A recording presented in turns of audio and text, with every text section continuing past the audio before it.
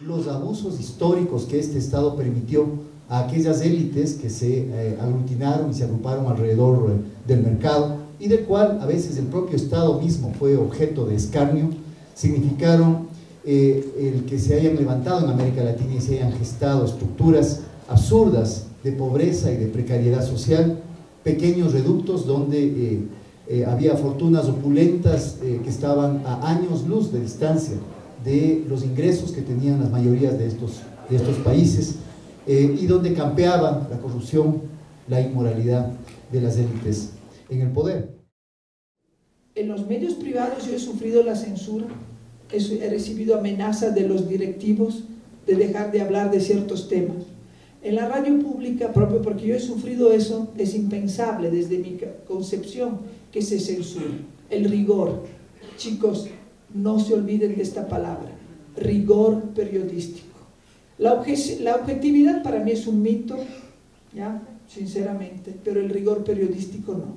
Si tú eres rigurosa, aunque tu corazoncito esté de un lado o del otro, si eres rigurosa, construyes una información que por lo menos le da al que te lee o al que te ve o al que te escucha las herramientas necesarias para formarse una opinión. Artículo 80, numeral 2. Objetivos: los medios de comunicación social públicos tendrán, dice, numeral 2, ofrecer servicios de información de relevancia pública veraz, con respeto a los principios de independencia profesional y pluralismo. ¿Cuándo me han invitado a mí a Ecuador TV a dar una opinión? A replicar por lo menos lo que de mí se dice, nunca.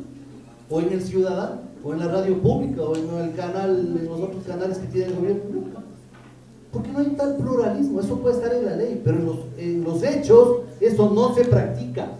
Esa es la diferencia, que no se practica. Porque si se practicara yo sería el primero en aplaudirlo.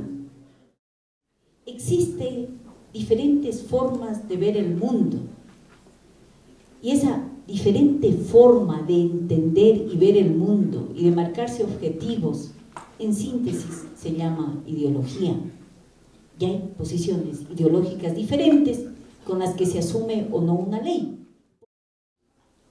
En la historia del Ecuador cabe recordar que el secreto profesional en 1895 permitió a Luciano Coral, quien publicaba con el seudónimo de Haroldo, denunciar la venta de la bandera a Chile.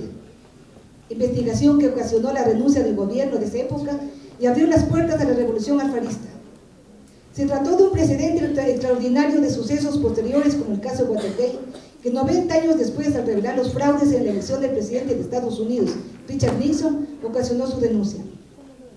Con la legislación propuesta en este proyecto de Código Penal, Luciano Coral habría sido identificado por disposición de cualquier fiscal, impedido de continuar su labor informativa, enjuiciado penalmente y condenado a prisión. ¿Será que debemos entregar ese derecho humano para que el Estado lo convierta en un servicio público? Bueno, yo quisiera avanzar en esto un poquitito, porque creo que esa es la parte medular. Aquí hay una discusión que se ha soslayado y que creo yo que es la más importante. Esta ley es un edificio que se ha construido sobre una piedra angular. Esa piedra angular se llama el concepto de que la comunicación es un servicio público.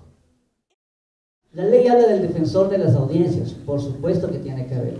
Y seamos autocríticos, los medios en Ecuador, el diario Hoy ha tenido por algún tiempo un defensor de lector, alguna vez tuvo Ecoavisa hablando de los últimos años, el resto de medios no, y es una gran falencia, porque los medios deben tener mecanismos de autorregulación.